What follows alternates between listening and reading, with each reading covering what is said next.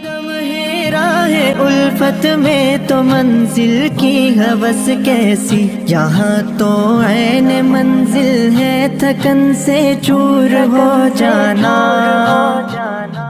الحمد للہ رب العالمین والصلاة والسلام علی سید المرسلین وعلی آلہ واصحابہ اجمعین۔ عن ابی ہریرۃ رضی اللہ تعالی عنہ قال قال رسول اللہ صلی اللہ علیہ وسلم تعلموا الفرائض والقرآن وعلموا الناس فإنی مقبوض، رواہ الترمذی او کما قال النبی صلی اللہ علیہ وسلم۔ محترم سامعین کرام، گزشتہ مجلس کے اندر آپ حضرات کے سامنے یہ بات رکھی گئی تھی کہ میت کے ترکہ میں سے سب سے پہلے تجہیز و تکفین کا انتظام ہوگا، اور اس کے بعد مرنے والے پر جو قرض ہو تو اس قرض کو ادا کیا جائے گا، اور اس کے بعد مرنے والے نے اگر کوئی وصیت کی ہو اور وہ وصیت شرعی ہو تو اس وصیت کو کیا کیا جائے گا؟ پورا کیا جائے گا۔ یہ تین باتیں گزشتہ مجلس کے اندر آپ حضرات کے سامنے رکھی گئی تھی۔ خیر، وصیت کے عنوان پر کچھ باتیں تو گزشتہ مجلس میں ہوئی۔ قرآن کریم نے وصیت کے بارے میں غیر مضار کا لفظ استعمال فرمایا ہے، یعنی وصیت کرنے والا جب وصیت کرے تو وارثوں کو نقصان پہنچانے کا ارادہ نہ ہو۔ اب وارثوں کو نقصان کس طریقے سے پہنچائے گا؟ مثال کے طور پر کسی دوست سے اس کا تعلق ہے یا کسی لڑکی سے اس کا تعلق ہے، اور یہ چاہتا ہے کہ جس لڑکی سے میرا ناجائز تعلق ہے اسے بھی میرے مال میں سے کچھ مل جائے، تو اس لیے وہ کام یہ کر رہا ہے کہ جو امانت یا جو رقم اس کے پاس ہے اس رقم کے بارے میں غلط طریقے سے اپنی زبان پر یہ نکالتا ہے کہ یہ رقم فلاں کی ہے، حالانکہ حقیقی مالک تو وہ ہے۔ سمجھ میں آئی بات؟ تاکہ اس کی امانت مان لی جائے تو اس رقم کے اندر سے وراثت قائم نہ ہو۔ یا کسی دوست سے تعلق ہے اور دوست سے قرض مانگ رہا ہے، یعنی قرض لینا ہے، لیکن مرنے سے پہلے یہ کہہ رہا ہے کہ اس نے مجھے ادا کر دیے، کیونکہ اگر یہ نہ کہے تو وہ قرض آئے گا واپس تو وراثت کے اندر کیا ہوگا بھائی؟ تقسیم ہوگا۔ تو تقسیم سے بچانے کے لیے وہ اپنی حیاتی کے اندر کیا کر رہا ہے کہ بھائی وہ تو اس کا ہے، اس نے مجھے ادا کر دیا ہے، اس سے مجھے کچھ لینا دینا نہیں ہے۔ اس کے علاوہ بھی صورتیں ہیں کہ مرض الوفات کے موقع پر 1/3 سے زیادہ کسی کو رقم ہبہ کر دینا اور ہدیہ کر دینا، مقصد یہ ہو کہ وارثوں کو کیا ملے بھائی؟ کم ملے۔ تو یہ ساری صورتیں ایسی ہے کہ جس سے شریعت نے روکا ہے کہ وصیت کے موقع پر اور قرضے کے بارے میں تم کوئی ایسا پہلو اختیار نہ کرو کہ جس کی وجہ سے تمہارے وارثوں کو نقصان پہنچے۔ پھر اللہ فرماتا ہے وصیۃ من اللہ، یہ اللہ کا مقرر کردہ فرمان ہے۔ سمجھ میں آئی بات؟ اللہ نے یہ ساری چیزیں متعین کی ہے، اس میں تمہیں کمی بیشی کی اجازت نہیں ہے۔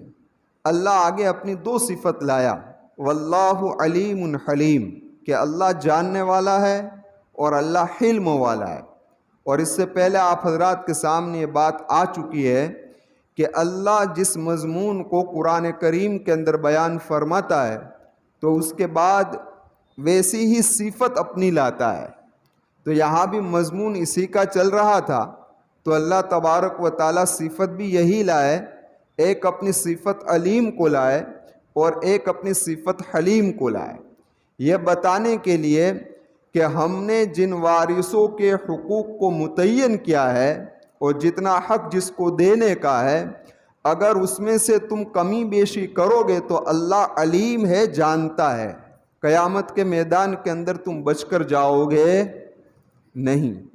اسی طریقے سے اللہ تبارک و تعالی کہ اگر تم اپنی وصیت کے ذریعے سے تمہارے وارثوں کو محروم کرنا چاہتے ہو تو حالانکہ دوسرا تو کچھ نہیں جانتا لیکن اللہ جانتا ہے قیامت کے میدان میں تم بچ کر جاؤ گے نہیں۔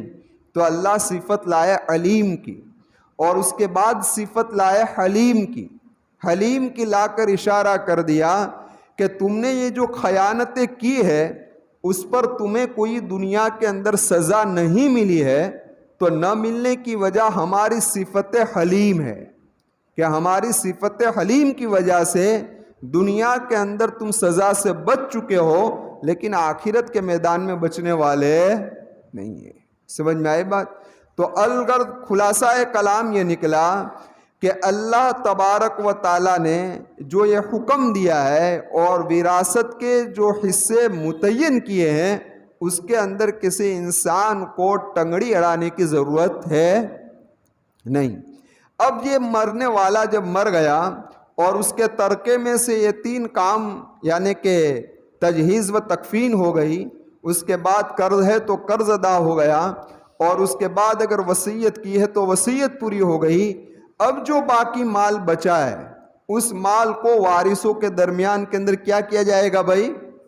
تقسیم کیا جائے گا۔ اب ذرا آپ غور کیجئے، نماز ہے، روزہ ہے، حج ہے، زکوٰۃ ہے، یہ بڑے بڑے اہم رکن ہے، لیکن قرآن کریم نے اس کے بیزک کو اور اجمالی طور پر بیان کر دیے، اس کی تفصیل قرآن نے بیان نہیں کی۔ لیکن جہاں آئلی قوانین ہے، نکاح ہے، طلاق ہے، میاں بیوی کے آپس کے تعلقات کے جو مسائل ہے، قرآن کریم نے اس کے جزئیات کو یعنی ایک ایک جز کو بھی بیان فرمایا، اور خاص طور پر قرآن کریم نے وراثت کے احکام کو تو بہت تفصیل سے بیان فرمایا، بالکل کھول کھول کر وراثت کے احکام کو قرآن کریم نے بیان فرمائے۔ ایسے تو دیکھا جائے تو جتنے بھی حقوق ہے ان حقوق کے بارے میں قرآن کریم نے روشنی ڈالی ہے، لیکن جتنا کھول کر قرآن کریم نے وراثت کو بیان کیا ہے اتنا کسی اور کو نہیں کیا ہے۔ وجہ کیا ہے؟ وجہ علماء نے بیان فرمائی ہے کہ دراصل وراثت میں ملنے والا مال یہ اللہ کی طرف سے عطیہ ہے۔ کیا ہے؟ ہدیہ ہے، گفٹ ہے۔ کیوں؟ کہ جیسے ہی باپ کا انتقال ہوا اور یہ باپ کروڑوں پتی تھا تو لڑکا مالدار ہو کر لاکھوں پتی ایک ہی دن کے اندر بن گیا، ایک ہی گھڑی کے اندر بن گیا۔ یہ سارا مال جو اس کو آیا ہے نہ اس پر اس نے کوئی محنت کی ہے، نہ کوشش کی ہے، نہ وقت دیا ہے، کچھ نہیں دیا ہے، یہ صرف اللہ کی طرف سے اس کو کیا مل گیا بھائی؟ ہدیہ ہے۔ سمجھ میں آئی بات؟ ایک بات۔ دوسری بات علماء نے یہ نقل کی ہے کہ مالوں میں سے اطیب الاموال سب سے زیادہ پاکیزہ مال ہے تو وراثت میں ملنے والا حصہ ہے، سب سے زیادہ پاکیزہ مال ہے۔ اسی لیے قرآن کریم نے جہاں اس کو تفصیل سے بیان فرمایا تو اگر کوئی آدمی اس کے اندر خیانت کرتا ہے تو اللہ تبارک و تعالیٰ کا قہر اور عذاب اور ناراضگی اس پر آتی ہے۔ آنے کی وجہ کیا ہے؟ آنے کی وجہ یہ ہے کہ ہم نے تجھے اس چیز کا امین بنایا تھا اور تو نے اس کے اندر خیانت کی۔ مثال کے طور پر ایک صاحب مال نے مجھے کوئی رقم دی کہ فلاں آدمی کو یہ رقم پہنچا دینا، اور اگر اس رقم کے اندر میں خیانت کر رہا ہوں تو اس صاحب مال کی نظر میں میری حیثیت کیا ہوگی کہ بھئی مولانا ہم نے تو آپ پر اعتماد کیا اور آپ نے ہماری دی ہوئی رقم جس کو پہنچانے کی تھی اس کو آپ نے پہنچائی نہیں اور اس کے اندر خیانت کی۔ تو اللہ تبارک و تعالیٰ کی طرف سے جس کو حق ملنا تھا اس کا امین تم کو بنایا تھا اور تم نے اس کے اندر خیانت کی تو اللہ کی ناراضگی کا کیا ہے بھائی؟ سبب ہے۔ دوسرا، حق والے کا حق مر رہا ہے نا، اور تیسرا اس ظلم کی وجہ سے کہ حق والے کو حق نہیں مل رہا ہے، اس ظلم کی وجہ سے یہ نسلوں تک اس کا اثر رہتا ہے۔ آپ نے دیکھا ہوگا کہ جن بہنوں کو حقوق نہیں دیے گئے، جن بہنوں کو اپنے باپ کے مال میں سے حقوق نہیں دیے گئے، وہ بیچاری غربت ہی کے اندر اپنی زندگی گزار رہی ہے اور اس کی نسلیں بھی غربت کے اندر جا رہی ہے۔ کاش کے وقت پر اس کا مال اس کو آپ دے دیتے تو آج اس کی نسل کچھ صحیح حالت کے اندر ہوتی ہے نہ ہوتی بھائی۔ تو اسی لیے اس کے بارے میں سخت تاکید قرآن نے بھی فرمائی اور آقا مکی و مدنی محمد رسول اللہ صلی اللہ علیہ وسلم نے بھی فرمائی۔ اب ذرا ہم آتے ہیں زمانہ جاہلیت پر۔ زمانہ جاہلیت کے اندر وراثت کی بنیاد 3 چیزیں تھی۔ کتنی چیزیں تھی بھائی؟ ایک نسب تھا۔ نسب کس کو کہتے ہیں؟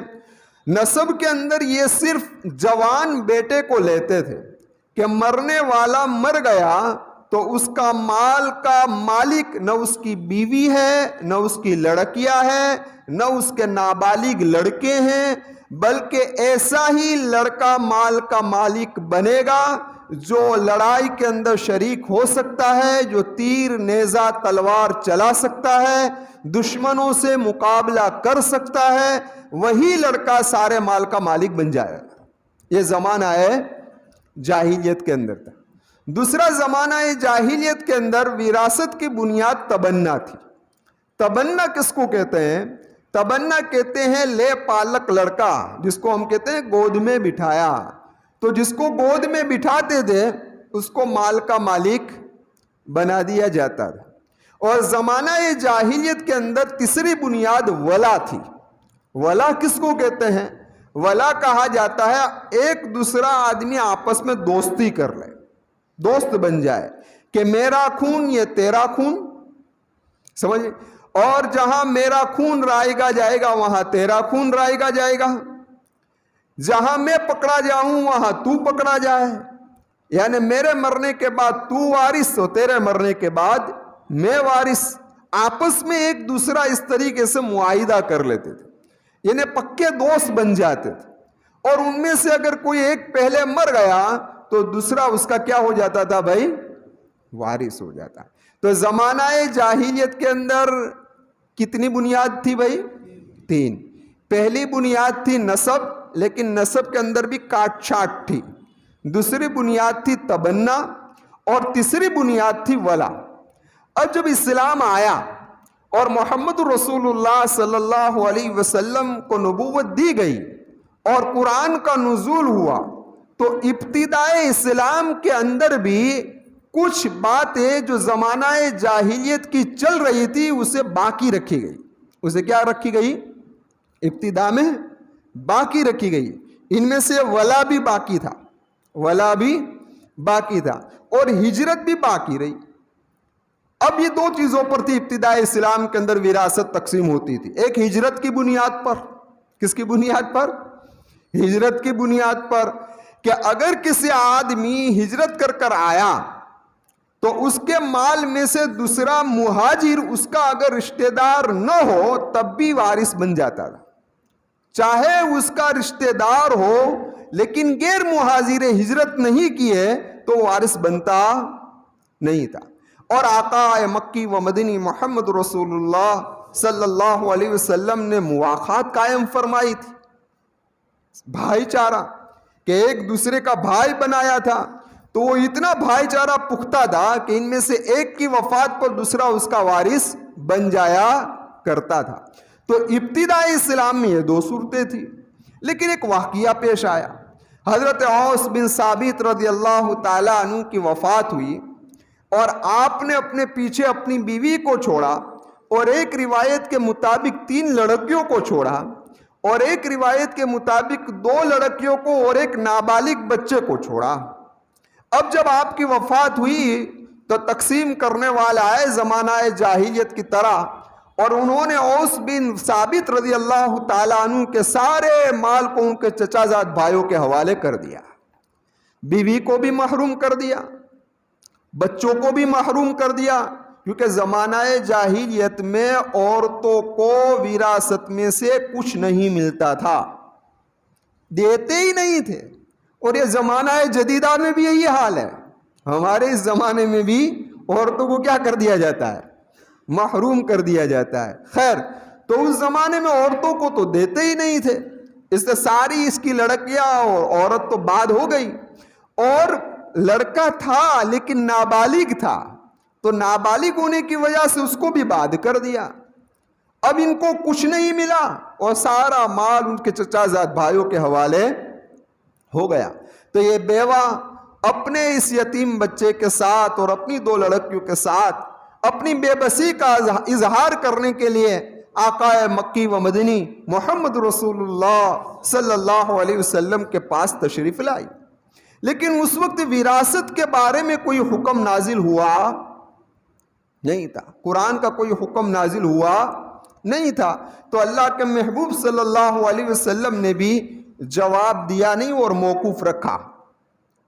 قرآن کریم کی آیت کریمہ نازل ہوئی، لِلرِّجَالِ نَصِيبٌ مِّمَّا تَرَكَ الْوَالِدَانِ وَالْأَقْرَبُونَ وَلِلنِّسَاءِ نَصِيبٌ مِّمَّا تَرَكَ الْوَالِدَانِ وَالْأَقْرَبُونَ. قرآن کریم نے فیصلہ سنا دیا. کیا سنا دیا؟ کہ مردوں کے لیے وہ ہے، اتنا حصہ ہے جو کچھ بھی اس کے والدین نے چھوڑا ہے اور اس کے رشتہ دار نے چھوڑا ہے، اور عورتوں کے لیے بھی اتنا ہی حصہ ہے جو کچھ بھی مردوں نے اس کے والدین نے چھوڑا ہے اور اس کے رشتہ دار نے. لیکن قرآن کریم کا یہ حکم تو آیا لیکن اس کی تفصیل نہیں آئی. تفصیل کہ بھئی عورت کو کتنا ملے گا، لڑکی کو کتنا ملے گا، لڑکے کو کتنا ملے گا، یہ تفصیل آئی نہیں. لیکن قرآن نے اتنی بات متعین کر دی کہ وراثت کے مال کا مالک صرف مرد ہی نہیں ہے، عورت بھی ہے. اتنا متعین کر دیا قرآن نے کہ عورتوں کو بھی کیا بھی ملے گا. دوسرا قرآن کریم نے یہ بھی وضاحت کر دی کہ تمہارے ذہن کے اندر یہ زمانہ جاہلیت کی جو بو ہے اور تم یہ سمجھ رہے ہو کہ بالغ لڑکے کو ملے گا، تو یہاں اسلام کے اندر کوئی تفریق نہیں ہے، نابالغ کو بھی ملے گا اور بالغ کو بھی ملے گا. یہاں تک کہ 1 دن کا بچہ ہوگا تو اسے بھی وراثت میں اتنا ہی حصہ ملے گا جتنا بالغ کو مل رہا ہے، بالغ لڑکے کو مل رہا ہے. اور یہاں تک بھی وضاحت کر دی کہ اگر مرنے والا مر رہا ہے اور اس کی بیوی کے پیٹ کے اندر بچہ ہے تو اس بچے کو بھی ملے گا، اس بچے کو بھی وراثت میں سے حصہ، کیونکہ اسی کے نطفے کا ہے نا. سمجھ میں آئی بات؟ اس کو بھی ملے گا. لیکن اب مسئلہ ہے پتہ کیسے لگا ہے کہ پیٹ کے اندر لڑکا ہے کہ لڑکی ہے؟ سمجھ میں آئی بات؟ اور پتہ کیسے لگائیں کہ 2 بچے ہیں کہ 1 بچہ ہے؟ تو اب کس طریقے سے تقسیم کیا جائے؟ تو شریعت نے یہ حکم دیا کہ جب تک بچہ پیدا نہ ہو جائے وہاں تک وراثت تقسیم نہ کی جائے. سمجھ میں آئی بات؟ جب پیدا ہو جائے اس کے بعد تقسیم کرو کہ لڑکا ہے تو لڑکے کا حصہ ملے گا، لڑکی ہے تو لڑکی کا. لیکن تھوڑی دیر کے لیے مان لو کہ اسی وقت وراثت کا تقسیم کرنا ضروری ہے، تو کیا کیا جائے؟ تو کہ تھوڑی دیر کے لیے تم مانو کہ اس حمل کے اندر لڑکا ہے، اس اعتبار سے حصے تقسیم کرو، اور تھوڑی دیر کے لیے مانو کہ اس حمل کے اندر لڑکی ہے، اس طریقے سے حصے تقسیم کرو. پھر جو کم حصے آتے ہیں اس کو دے دو. سمجھ میں آئی بات؟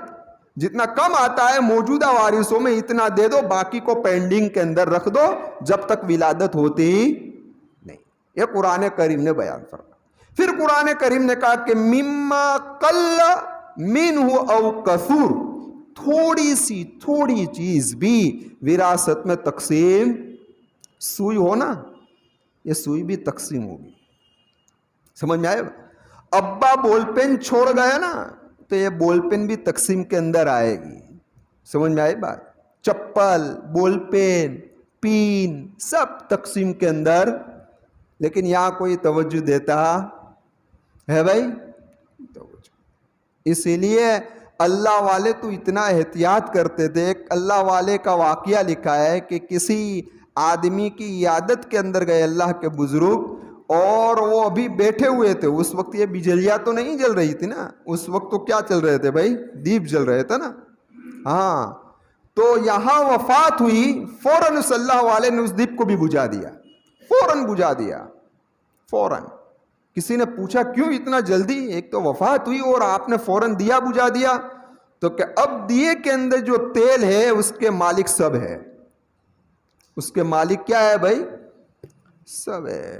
اب سب کی اجازت کے بغیر یہ دیا استعمال میں آ سکتا, اور یہاں تو جارت میں بھی گھٹڑ گوں ہے نا بھائی. شریعت تو یہ حکم دے رہی ہے نا کہ جہاں وفات ہو جائے, جہاں انتقال ہو جائے, 3 دن تک کھانا پہنچاؤ. یہ کیوں حکم دیا 3 دن تک کھانا پہنچانے کا؟ اس لیے کہ اس کے گھر کے اندر جو مال ہے اس کے مالک سب بن چکے ہیں. اب آپ اگر وہاں سے کھانا کھاؤ گے تو کسی کی رضامندی ہوگی, کسی کی نہیں ہوگی. ایک دوسری بات کہ اگر نابالغ ہے تو وہ رضا دیوے پھر بھی ناجائز اور حرام ہے. تو یہ 3 دن اس لیے رکھے ہیں تاکہ وہ اپنے مال کی تقسیم, ہمارے یہاں سسٹم نہیں ہے, پالن پور میں ہے کہ وفات کے دوسرے ہی دن علماء کی ٹیم گھر پر چلی جاتی ہے اور وراثت کو تقسیم کر دیتی ہے, سمجھ میں, تاکہ ہر صاحب حق کو اس کا حق کیا ہو جائے. اور ہمارے یہاں تو برسوں تک چلتا رہتا ہے نا, جب تک بینے کورٹ میں نہ جاوے وہاں تک چلتا رہتا ہے. سمجھ میں آئی بات؟ نہیں, اللہ ہماری حفاظت فرمائے. خیر, تو میں عرض یہ کر رہا تھا, قرآن کریم نے یہ کہا کہ مما قل منہ او کثور. پتا چلا کہ چھوٹی سی چھوٹی چیز اور بڑی سی بڑی چیز, دکان ہے, مکان ہے, زمین ہے, جائیداد ہے, جو کچھ بھی ہے, ساری چیزوں میں کیا ہوگی بھائی, تقسیم ہوگی. کیوں کہ قرآن کریم اس شریعت اسلام ارتکاز سے روکتا ہے. ارتکاز کیا ہے؟ کسی ایک جگہ پر جمع ہو جانا. اگر وراثت کا مال تقسیم نہیں ہوگا تو ایک ہی جگہ پر جمع ہو جائے گا, اور اس کو شریعت اجازت دیتی نہیں ہے. آپ ذرا دیکھیں شریعت اسلام نے, آپ ادھر دیکھیں بھائی, آپ ادھر دیکھیں, شریعت اسلام نے جو زکوٰۃ کا نظام بنایا ہے نا, وہ بھی اسی لیے بنایا ہے کہ مالداروں کا مال مالداروں ہی کے پاس نہ رہے بلکہ غریبوں تک پہنچتا رہے. سارا نظام اسلام کا آپ دیکھو, سود کے اندر کیا ہے, سود کے اندر غریبوں کا مال مالداروں کے پاس جا رہا ہے. زکوٰۃ کے اندر کیا ہے, مالداروں کا مال غریبوں کے پاس جا رہا ہے. تو شریعت اسلام یہ چاہتی ہے کہ مال ہے وہ گھومتا رہے, ایک جگہ پر جمع رہے. اور اس کو مثال دی جسم میں خون کی طرح, کہ جس طریقے سے جسم کے جس عضو میں خون نہیں پہنچے گا تو وہ عضو کیا ہو جائے گا, مردہ ہو جائے گا. اس طریقے سے اگر مال جو ہے وہ نہیں گھومتا رہے گا تو انسانیت کے جس طبقے میں نہیں پہنچے گا وہ طبقہ ناکارہ ہو جائے گا, بیکار ہو جائے گا. تو وراثت میں مقصد یہی ہے کہ مال تقسیم ہو تاکہ ہر ایک کے پاس کیا ہو جائے بھائی, پہنچ جائے. لیکن آپ جانتے ہیں کوئی چیز ایسی ہوتی ہے کہ, لیکن درمیان میں ایک بات اور عرض کر دوں, ہمارے یہاں ایسا ہوتا ہے کہ امی کی وفات ہو گئی تو پھر یادگار کے طور پر کوئی چیز اٹھا لیتا ہے نا, مسلح لے لیا کہ ہماری ممی نو یادگار نہ طور پر ہوں راکھوں, مارے بیجو کہیں نہ تھی جو تو کالے مسلح میں نے آپ ہی دیو, ہمارے ممی نے یاد نہ طور پر. سمجھ میں آئی بات؟ ہوتا ہے نا ایسا. یا باپ کی ابا کی وفات ہو گئی تو کہ ابا نے یاد نہ طور پر آپ ہی دے, بیجو کسو نے. سمجھ میں آئی بات؟ حالانکہ سارے وارثدار, جتنے وارثدار بالغ ہے اور عاقل ہے اور وہ اپنی دل کی خوشی کے ساتھ دے تبھی جائز ہے, ورنہ جائز نہیں ہے. ورنہ اب ان کے دل کی خوشی دل میں دیکھنے کون گیا ہے کہ وہ خوشی سے دے رہے ہیں کہ نہیں دے رہے. تو بہتر یہ کہ ایسے تبرک کی ضرورت نہیں. یہ تو اس وقت ہے کہ جب وارثدار بالغ ہو. اگر وارثداروں میں سے ایک بھی نابالغ ہے تو آپ وہ رجا دیوے, اجازت دیوے, تب بھی جائز نہیں, تب بھی جائز نہیں آپ کا. اور اس کے بالغ ہونے سے پہلے آپ اگر لڑک گئے تو آپ نے اپنی جہنم کو ایک تبرک کے بدلے میں تیار کر لیا. سمجھ میں آئی بات؟ تو ایسے تبرکات کی کوئی ضرورت ہے نہیں. ہاں لیکن ایسی چیز ہے کہ جس کو تقسیم انسان نہیں کر سکتا, ورنہ تو شریعت نے تو کہا کہ 1 گز کپڑا ہے, 1 گز یعنی 1 میٹر سمجھو تھوڑی دیر کے لیے, اور 10 وارثدار ہے اور 10 کے درمیان میں تقسیم ہو سکتا ہے, تو 10 میں تقسیم کرو, چاہے 10 ٹوپی بنا کر پہنے. سمجھ میں آئی بات؟ لیکن اگر کوئی ایک ایسی چیز ہے کہ جس کو تقسیم نہیں کیا جاتا ہے, توڑ کر بھانگ کر برباد کی جا سکتی, تو شریعت نے کہا ہے کہ یا تو اس کو بیچ دو اور اس کی قیمت تقسیم کر دو, اور اگر تم میں سے کوئی ایک ایسا مالدار ہو, اچھی پوزیشن والا ہو, تو وہ اس کو خرید لے اور باقی وارثداروں کو اس کو رقم ادا کر دے. سمجھ میں آئی بات؟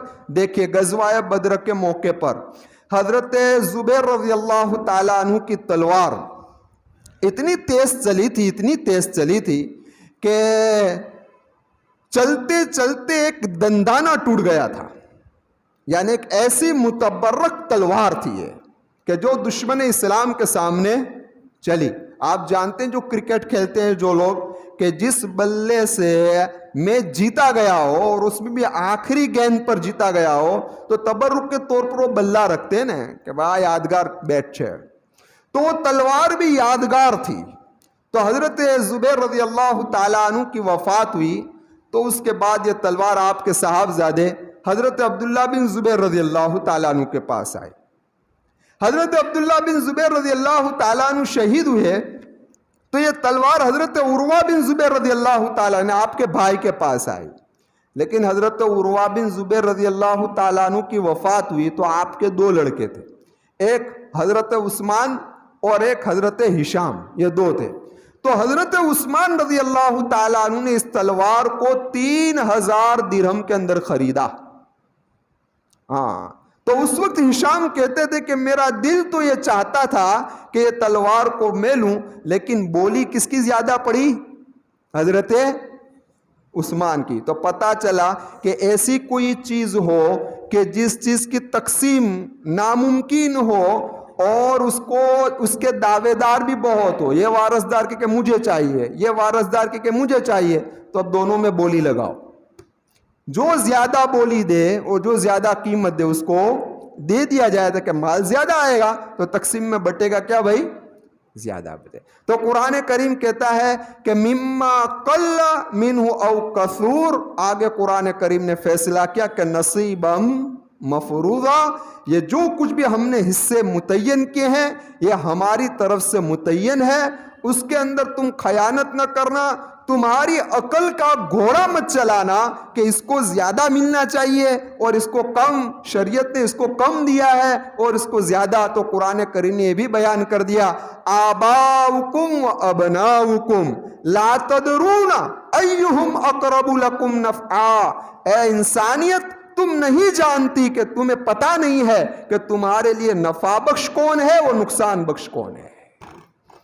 تم یہ چاہتے ہو کہ میرے فلاں لڑکے کو زیادہ ملتا تو میرے لیے بہتر تھا, لیکن تمہیں پتا نہیں ہے کہ تمہاری مصیبت میں کون سا لڑکا تمہیں زیادہ کام آنے والا ہے اور کون سا لڑکا تمہیں کم کام آنے والا ہے, کون سی لڑکی زیادہ کام آنے والی ہے اور کون سی لڑکی کم کام آنے والی ہے. یہ اللہ علیم ہی جانتا ہے, اللہ حکیم ہی جانتا ہے, اس کے علاوہ کوئی نہیں جانتا. تو ہم نے اپنے علم پر اور ہم نے اپنی حکمت سے فیصلے کیے ہیں کہ کتنا حصہ کس کو ملنا چاہیے اور کتنا حصہ کس کو ملنا چاہیے, اس میں تم دخل اندازی نہ کرو. لیکن ہمارے یہاں تو کیا ہے, بہنوں کو ایک آنی والی بات ہے نا, یہ آنی آئی کہاں سے؟ آنی والا کوئی نظام ہی نہیں ہے یہاں پر شریعت کے اندر. سمجھ میں آئی بات؟ اور ایک آنی میں سب بہنیں اور یہ 15 آنی لے کر چلا جا رہا ہے نا, ایک آنی میں ساری بہنیں اور یہ 15 آنی لے کر جائے. نہیں. تو اوس بن ثابت رضی اللہ تعالیٰ عنہ کا جو واقعہ پیش آیا اس کے چند روز بعد دوسرا واقعہ پیش آیا. پھر بات کو ختم کر دیتا ہوں. وہ واقعہ یہ پیش آیا کہ غزوہ احد کے موقع پر سن ہجری 3 کے اندر حضرت سعد بن ربی رضی اللہ تعالیٰ عنہ 12 زخم لگے اس لڑائی کے اندر اور آپ شہید ہو گئے۔ اب آپ کی وراثت کو تقسیم کرنے کی باری آئی تو قرآن نے کچھ تفصیلات بیان کی نہیں تھی، اب بھی تفصیل بیان ہوئی، صرف مطلق بات آ گئی تھی کہ مردوں کو بھی ملے گا، عورتوں کو بھی ملے گا، بچے کو بھی ملے گا، بڑے کو بھی ملے گا، یہ تفصیل آئی، لیکن بالکل کس کو کتنا ملے گا یہ ابھی بیان ہوا نہیں تھا۔ تو جب وراثت کا یہ مسئلہ آیا تب قرآن کریم کی پوری رکوع نازل ہوئی، یوصیکم اللہ فی اولادکم للذکر مثل حظ الانثیین، کہ اللہ تبارک و تعالی تمہاری اولاد کے بارے میں تم کو یہ حکم دیتا ہے۔ کیا حکم دیتا ہے؟ کہ عورتوں سے ڈبل مرد کو ملے گا، 2 عورتوں کو جتنا ملے گا اتنا ایک مرد کو، یعنی بھائی کو ڈبل اور اس سے آدھا۔ اب ایک آنی آئی اس کے اندر کہیں نہیں آئی، آدھا ملے گا، سمجھ میں؟ ایسا نہیں، پھر بھی اس میں بھی رستے نکالتے ہیں کہ آدھے میں سے سب بہنوں کو سمجھا دیتے ہیں، نہیں ایسا نہیں ہے، ایسا نہیں ہو، اس کی تفصیل انشاءاللہ آئندہ مجلس میں کریں گے۔ تو خیر، اب قرآن کریم نے تفصیل سے احکامات نازل فرمائے کہ بیوی کو کتنا ملے گا، ابا کو کتنا ملے گا، امی کو کتنا ملے گا، لڑکے کو کتنا ملے گا، لڑکی کو کتنا ملے گا، یہ ساری تفصیل اب قرآن کریم نے بیان فرمائی۔ لیکن یہاں 2 باتیں سمجھ لو، ایک تو قرآن نے یہ نہیں کہا کہ مرد سے آدھا عورت کو ملے گا، بلکہ قرآن نے جو طرز اپنایا 2 عورتوں کے برابر ایک مرد کو ملے گا، للذکر مثل حظ الانثیین کا۔ تو یہ کلمہ استعمال کرنے کی کیا وجہ؟ اور دوسری وجہ یہ سمجھنی ہے یہاں پر کہ بھئی مرد یعنی لڑکا اور لڑکی دونوں ایک باپ کی جو اولاد ہے، تو جتنا لڑکے کو ملنا چاہیے اتنا لڑکی کو ملنا چاہیے، لیکن شریعت نے لڑکی کو آدھا کیوں دیا، وہ لڑکے کو اس سے ڈبل کیوں دیا؟ تو اس کی وضاحت انشاءاللہ آئندہ مجلس کے اندر میں آپ حضرات کے سامنے پیش کروں گا۔ اللہ تبارک و تعالیٰ سے دعا کرتا ہوں اللہ کئی صحیح بات قبول فرمائے اور خصوصی طور پر ہمیں اس پر عمل کرنے کی توفیق عطا فرمائے، آمین۔ وآخر دعوانا ان الحمد للہ رب العالمین، سبحان اللہ وبحمدہ، سبحانک اللہم وبحمدک، ونشہد ان لا الہ الا انت، نستغفرک ونتوب الیک، برحمتک یا ارحم الراحمین۔